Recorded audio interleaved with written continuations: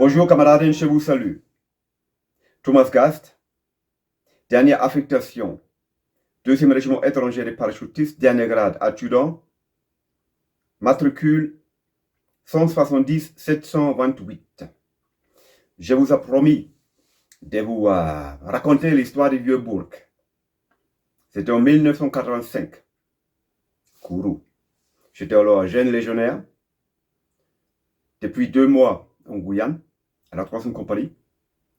Et on avait un caporal-chef qui manquait à l'appel. C'était un Bosch, un Allemand. Il n'était pas là 1 jour, 2 jours, 3 jours. Absent, irrégulier, on dirait. Et personne ne savait où il se trouve. Maintenant, il se trouve que ce caporal-chef avait toujours des problèmes avec des créoles. Hein? Il y a toujours eu des bagarres, des débordements verbaux, ainsi de suite, ainsi de suite. Il avait même, je crois, des menaces. Maintenant, tout le monde au régiment croyait que c'est les créoles qui l'ont chopé et qui l'ont harakiri. C'était pas vrai. On a su tout à l'heure, après l'affaire du Vieux-Bourg. Donc, un jour, c'était un dimanche. Il y avait tous les Anglais du régiment et tous les Allemands qui étaient au foyer du légionnaire, au quartier du commandant Forger, notre foyer. Et ils picolaient, la Binouse, la Kronburg, la Binouse, et encore, et encore, et encore.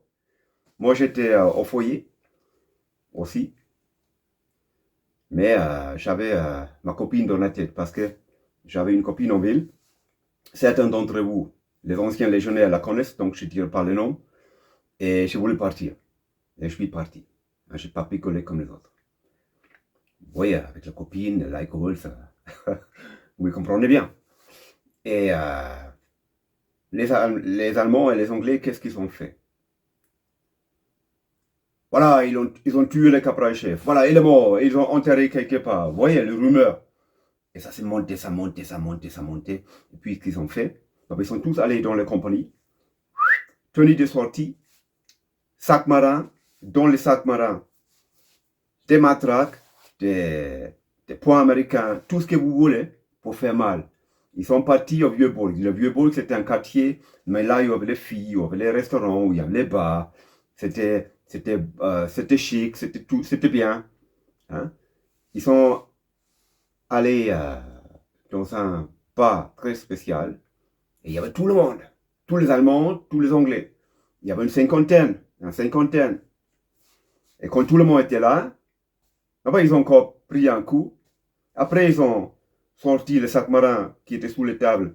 Ils l'ont mis sur la table, ouverte. Ils ont sorti toutes les gammes de choses qui font mal. Qu'est-ce qu'ils ont fait? Ces cons-là, j'aime bien dire ces cons-là. Ils ont démonté tous les quartiers de la Vieux-Bourg. Ils ont cassé toutes les fenêtres, toutes les vitres, toutes les voitures, tous les bars. C'était fou. Maintenant, les créoles, ils sont très fiers. Les hommes, ils sont très vite fait. Ils ont très vite fait pour aller chez eux, à la maison. Baba, ils ont cherché des coupes-coupes, des fusils à pompe, et puis c'était la bagarre ouverte. C'était la guerre. En fin de compte, on avait quoi? Un légionnaire mort, c'était le légionnaire Okonkowski, un Bosch, allemand de l'Est, et il y avait au moins 35 blessés. Côté civil, on parlait d'un mort et beaucoup de blessés. Donc c'était la chose odieuse que je parlais. La Vieux-Bourg. Moi, je me trouvais chez ma copine, en ville. Il faisait nuit. Soudain, dehors, j'ai entendu des bruits, des claquements, comme des coups de fusil. Je voulais partir, ma copine m'a dit non, niet, laisse-moi regarder d'abord. Elle est allée dehors. Elle est rentrée. Il m'a dit, Maman, tu restes ici ce soir parce que dehors, c'est dangereux. Il y a les créoles qui font la chasse à tous les légionnaires. Et puis, j'ai entendu les clairons. Il y a les Chip Willis qui s'est déplacé en ville. Clairon, tout le monde au quartier. J'ai dit non, moi je pars. Je suis parti en petit follet pour joindre le quartier. Et là-bas, il y avait déjà la police militaire, la gendarmerie, le chef de corps, l'adjudant-chef Falco avec la DO, disponibilité opérationnelle, tout le monde. Il y avait tous les cadres, tous les sous-officiers, tous les officiers. Il n'y a plus personne qui sortait. Rassemblement de toutes les compagnies. On a fait les comptes au piole. Hein? Et Falco, actuellement chef Falco, que j'admire, qui était un chef de section remarquable, il voulait prendre la DO pour sortir, pour faire la bagarre avec les créoles. Heureusement, il y avait le colonel Pickman qui l'a arrêté. Mais il lui dit, vous restez là. Et Falco l'a retourné. Quelques jours après, un avion, Kotam, venu de France, 35 légionnaires, direction la métropole, répatriement disciplinaire.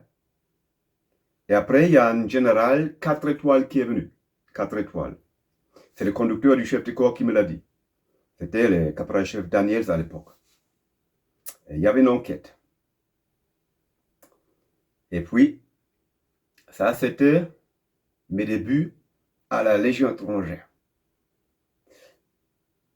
Mais à part de ça, je peux vous dire que le temps passé à la Légion étrangère, c'était la meilleure époque de ma vie. Moi, je dois beaucoup à cette Légion étrangère, qui était pour moi, pendant 17 ans, ma patrie. Legio Patria Nostra. Morema Jérôme, je m'incline devant cette institution. Je vous souhaite à tous une bonne santé, amitié légionnaire. Thomas Gass, bye bye. Au revoir.